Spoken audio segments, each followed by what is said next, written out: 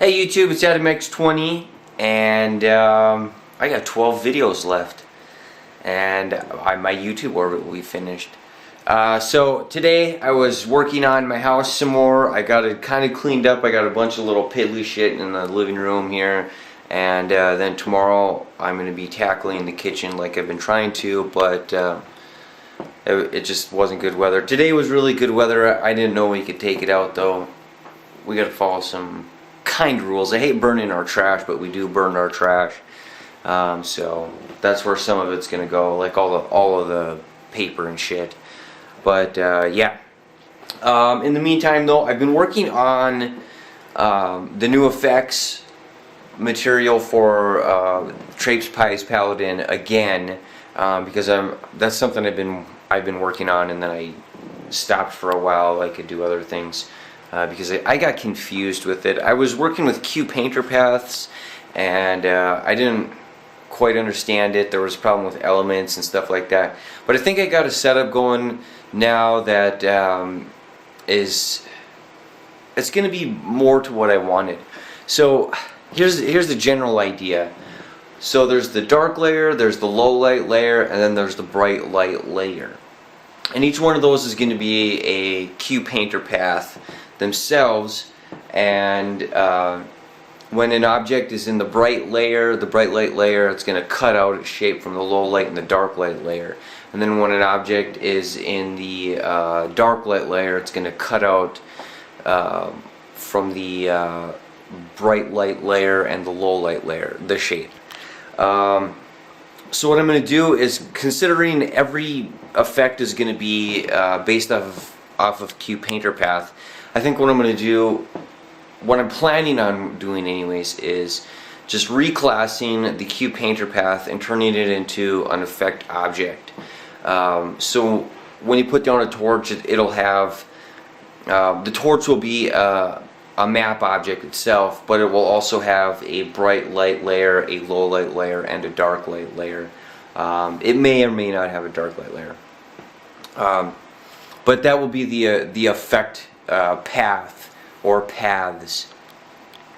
And what this is going to allow me to do then is to, because it's an object itself, I'll be able to determine if it's colliding with paths, if it's inside a path, or yeah, if it's inside paths, stuff like that. And I think that's gonna work. I've been doing some preliminary testing with it, and I think that's gonna work to help me. Excuse me. I think that's going to work to help me determine if like a light effect is inside a shape or something like that, so I can cut around. I'll make sure to cut around which side needs to be cut around of the surrounding dark layers.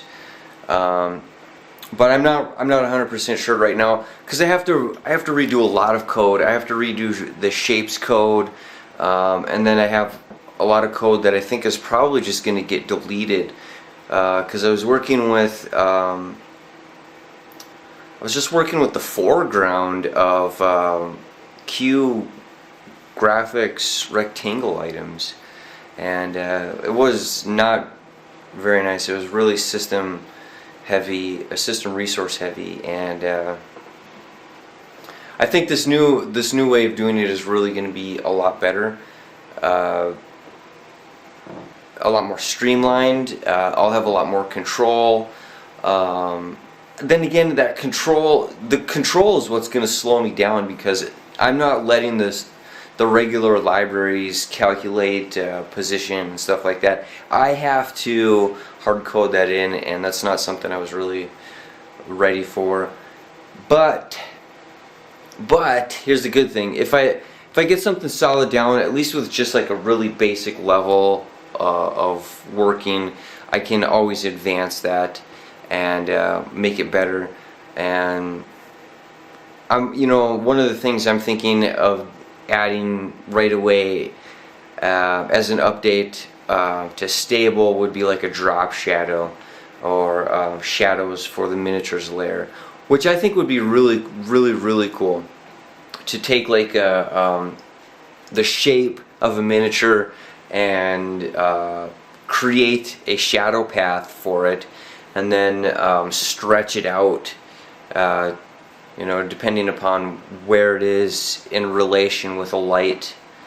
And I think that would be really, really, really cool. But I don't think that's going to go in right away. But yeah, that's something I could see me working on, is creating a drop shadow with different lights, and then there's going to be colored lights and all of that shit. But yeah, that's it, man. I got 12 videos left. I'm really excited. I've been playing Ghost Recon Future Soldier Beta, and I really like the game. I really wish the devs would put in a no respawn option for the game type. It looks like it's going to be Siege for me all the way, because Siege is the one no respawn mode. That's what they're talking about, and even though tons of people are like, put in no respawn, put in no respawn, put in more options, it doesn't look like they're going to actually do anything about it. So that's disappointing. But yeah, I guess that's it. One more thing. Today I got a new electronic cigarette vapor fluid, which is Belgian cocoa, and it is delicious. It's absolutely delicious. It tastes like Swiss Miss cocoa, but I think that was the Swiss Miss cocoa that we always got was Belgian cocoa anyways.